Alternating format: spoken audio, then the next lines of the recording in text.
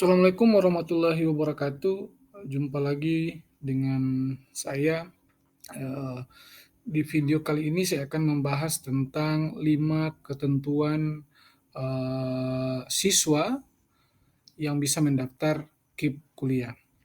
Namun sebelum saya lanjutkan, mohon untuk di-like atau di-share ke teman-teman apabila, video ini dianggap bermanfaat. Nah, adapun ketentuan yang pertama, kamu bisa mendaftar KIP kuliah apabila kamu pemegang KIP SMA sederajat.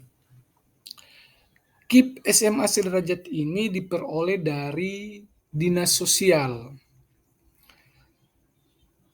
Ini berdasarkan data dari desa yang kemudian diusulkan ke Dinas Sosial dan kemudian Dinas Sosial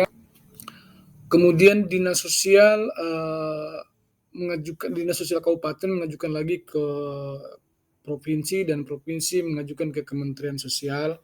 Apabila kamu memenuhi syarat maka terbitlah yang namanya KIP SMA sederajat.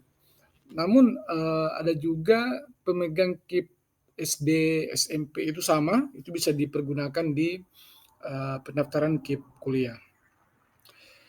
Yang kedua, kamu pemegang KKS, PKH atau BPNT. KKS ini biasanya ketika ada rumah tangga atau kepala keluarga yang memiliki anak sekolah dan secara statistik atau secara pendataan Kementerian Sosial atau Dinas Sosial bahwa keluarga tersebut berhak untuk menerima bantuan PKH atau program keluarga harapan dan BPNT. Biasanya akan diterima per bulan, yang jumlahnya saya kurang tahu, yang jelas KKS, PKH dan BPNT ini berupa beras, kemudian makanan pokok dan berbentuk uang. Nah, ini biasanya juga yang mendata itu dari desa. Ada pendamping PKH yang turun langsung yang mendata apakah masyarakat tersebut atau kepala keluarga tersebut berhak untuk menerima. Namun walaupun berhak menerima kemudian anaknya sudah tidak berada di jenjang SD, SMP, SMA, maka akan dikeluarkan dari pemegang KKS, PKH atau BPMT. Apakah kamu termasuk dalam kategori kedua ini? Ya, semoga kamu termasuk, namun ketika kamu belum termasuk di kategori 1 dan kategori 2, tenang, masih ada kategori ketiga. Nah, kategori ketiga berasal dari panti asuhan atau panti sosial. Nah, biasanya di kota-kota besar itu ada siswa-siswa yang teman-teman kita yang bukan kurang beruntung ya, yang tinggal di panti asuhan karena sesuatu dan lain hal. Nah, mereka ini berhak untuk mendaftar dan menerima KIP kuliah ketika diterima di universitas. Apakah kamu belum termasuk juga di kategori yang ketiga? Maka masih ada kategori keempat.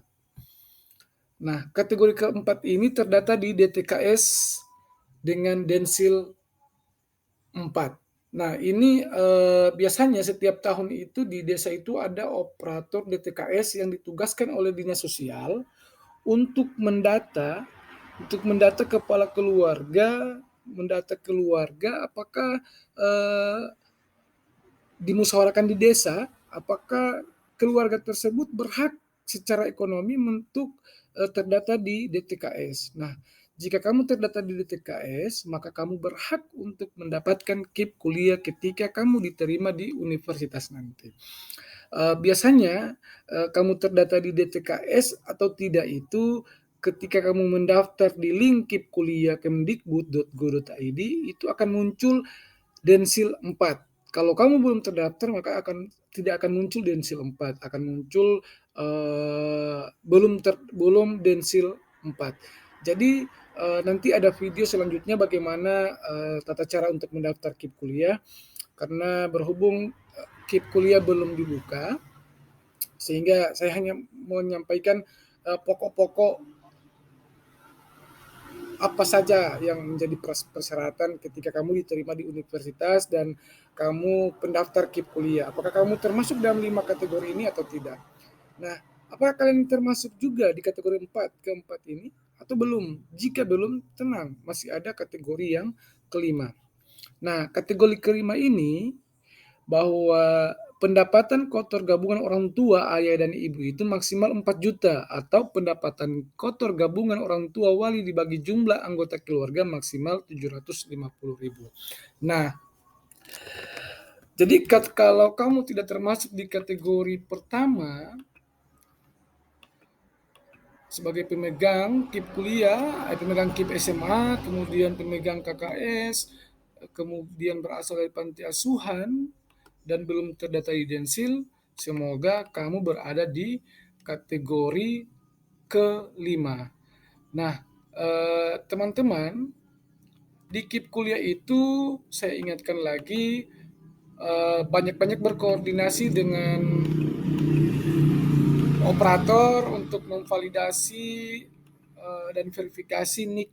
Apakah NIK kamu benar-benar NIK yang tertera di kartu keluarga? Biasa operator hilaf dalam menginput, sehingga perlu diverifikasi lagi untuk ke depan, apalagi untuk siswa kelas 12 SMA SMK di tahun 2022 ini, segera untuk berkomunikasi, begitu juga dengan lulusan di 2 tahun ke bawah. Jadi 2022, 2021 dan 2020.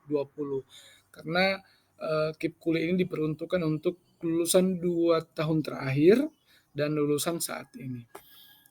Lulusan tahun depan itu 2022. Nah, jadi segera tanyakan ke orang tua apakah bapak atau ibu ini penerima PKH atau apakah saya ini memiliki kartu.